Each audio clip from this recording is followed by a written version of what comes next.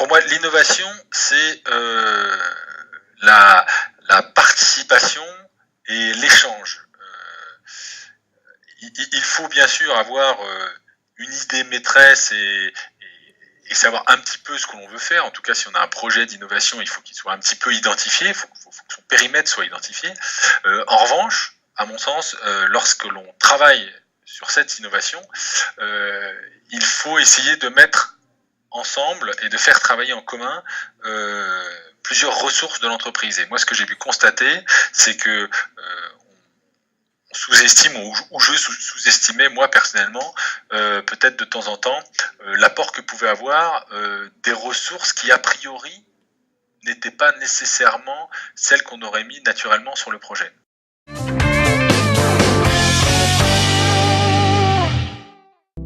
C'est effectivement un exemple que tout le monde prend ou qui est souvent pris, celui de Steve Jobs, mais c'est pas tant le fait qu'il ait réussi à identifier un produit qui répondait réellement à un besoin sur le marché, ça c'est quand même une grande qualité, mais c'est surtout d'être allé jusqu'au bout du concept auquel il croyait, en étant extrémiste pour aller traiter le moindre détail et essayer de faire l'objet, ou en tout cas le service, plus proche, ou même, à mon avis, c'est même le plus proche, c'est exactement identique à ce qu'il avait en tête.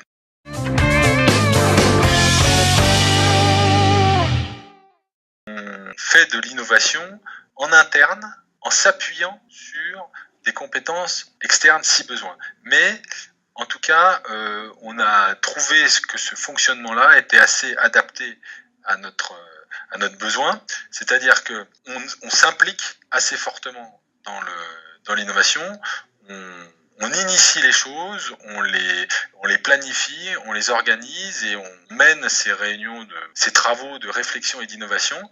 Et sur des besoins un peu spécifiques, quand on manque de compétences, on s'appuie sur des ressources externes.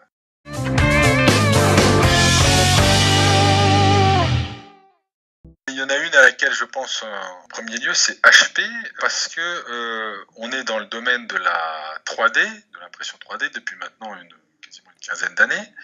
Et on a vu l'évolution de ce marché qui est passé d'un fonctionnement, comme je disais, un peu artisanal à aujourd'hui, en tout cas potentiellement, un fonctionnement un peu plus industriel, avec des technologies un peu plus pointues et une production qui peut s'envisager dans des proportions et dans des quantités un peu plus importantes. Depuis 15 ans, on nous parle de la fabrication rapide, du e-manufacturing, de la fabrication de petites séries.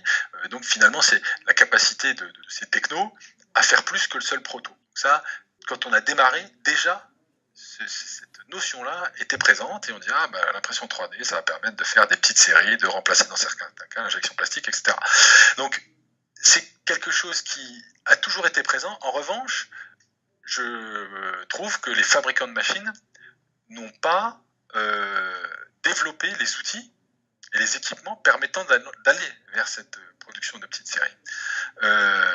Et aujourd'hui, pour moi, HP, avec la nouvelle technologie qu'ils viennent de mettre sur le marché, est clairement dans cette optique-là.